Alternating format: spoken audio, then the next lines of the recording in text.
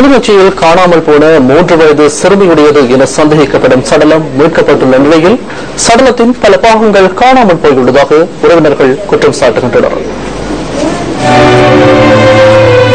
கிளிநொச்சி உருத்திரபுரம் எள்ளிக்காடு பகுதியில் கடந்த மாதம் 21ஆம் தேதி சந்திரகுமார் ஜெருசா காணாமல் போயிருந்தார். வெள்ளிக்காடு பகுதியில் உள்ள இந்த ஓடைக்கு தமது உறவுமுறை சகோதரனுடன் சென்ற வேளையிலேயே சிறுமி காணாமல் போயிருந்ததாக போலீஸ் முறைப்பாட்டில் பதிவு செய்யப்பட்டிருந்தது. இந்த நிலையில் கடந்த 19ஆம் தேதி எள்ளிக்காடு பகுதியில் உள்ள வயல்வெளி ஒன்றிலிருந்து உருக்குலைந்த நிலையில் சடலம் ஒன்று போலீசாரினால் கண்டெடுக்கப்பட்டது.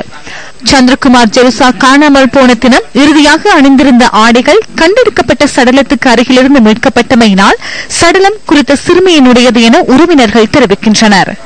எனினும் இந்த சடலத்தின் தலைப்பகுதி கண்டெடுக்கப்படவில்லை எனவும் இந்த விடயம் தொடர்பில் விசாரணை நடாத்தி தலையை தேடித் தருமாறும் உறவினர்கள் போலீசாரிடம் வேண்டுகோள் விடுக்கின்றனர்.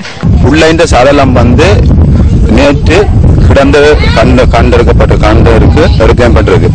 அந்த சடலம் கையெல்லாம் புறம்பாக்கிறதுக்கு தலை இல்லை. அதை நாங்க சந்தேகம் தான் படுறோம். பலியா புள்ளைய காடறி தான் கொண்டு அடிச்சிருக்கோம் நாங்க சொல்ல மாட்டோம். ஆனா புள்ளைக்கு ஏதோ ஒரு சரி திட்டம்ன்றதான் எங்களுக்கு தெரிஞ்சது. இதேவேளை இந்த சடலத்தின் பாகங்கள் முழுமையாக தேடிப்பிடிக்கப்படாத பட்சத்தில் சடலத்தை தாம் பொறுப்பேற்கப் போவதில்லை என அவர்கள் குறிப்பிடுகின்றனர்.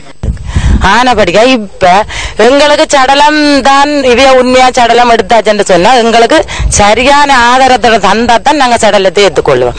11 நாளா இவ்வளவு வேட்டையாடி அந்த புல்லுகளை பிரிச்சு பார்க்கல, இந்த அளவு சம்புக்குள்ள அந்த போலீஸ்காரர் கூட பிரிச்சு பார்க்கல, அந்த புள்ள கிடைக்கல. இப்ப பொடியா அந்த புள்ள கிடைக்குதுன்னா அதை நாங்க பாராத இடம்டா பரவாயில்ல. ராவும் பகலும் தடவினவ 4 மணி புள்ள துளைஞ்சது. அடுத்த 11 நாளும் தடவினவ தானே. அந்த இடத்துல அந்த புள்ள கிடைக்கல, முடியாகவும் கிடைக்கல, உயிராகவும் கிடைக்கல.